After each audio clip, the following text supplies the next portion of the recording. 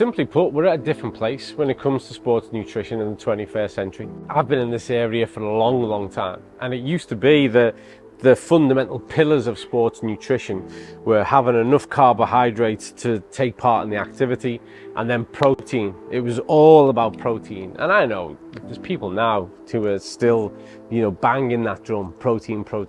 And for good reason, it's important. But we're at a completely different stage, and that's actually in two ways. First of all, there's so much more access to information. So now the average person, what we call the recreational athlete, which is like myself, someone who's keeping fit, taking part, really staying fit to be in better health. Well, they're well aware of what elite and professional athletes are doing.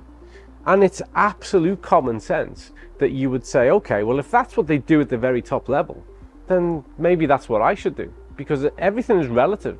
So the stress that we put our bodies under just to stay fit and healthy is relatively very similar to the stress that an elite athlete is putting themselves under to be the very top of what they do. And so it makes sense. You would always look to do the best.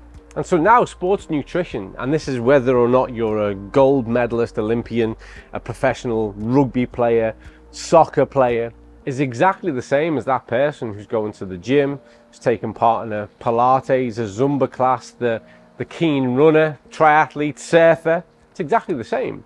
And one of the best parts is that you can access the exact same quality and you can access the exact same formulations. And so now it's not just about protein. What we're looking at when we consider our protein needs is how much we need across a day, total amounts, but also recognizing that if we're going to consume proteins, what we want with that is something that's far more food-like. So we want it, especially in recovery, we want it to be far more, contained in nutrients, vitamins, and minerals. And then we're looking at our increased need of those elements. If we look at the gut, for instance, and I'm going to start, something like Xenobiotic, which is going to deliver those prebiotic fibers to nurture the gut so that the gut can better absorb nutrients.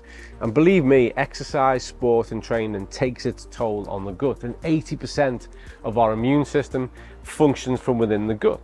And then we move on. This to me is the ultimate sports performance nutrient, omega-3, DHA and EPA.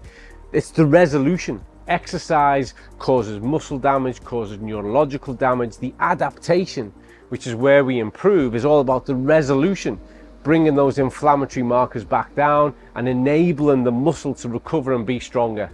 If you want increased anabolic response, if you want decreased muscle soreness, if you want increased oxygen kinetics, that isn't protein, it's omega-3. That comes from this, managing those pathways. This to me is really the ultimate sports performance bit of nutrition. And then we go into our broader nutrition needs.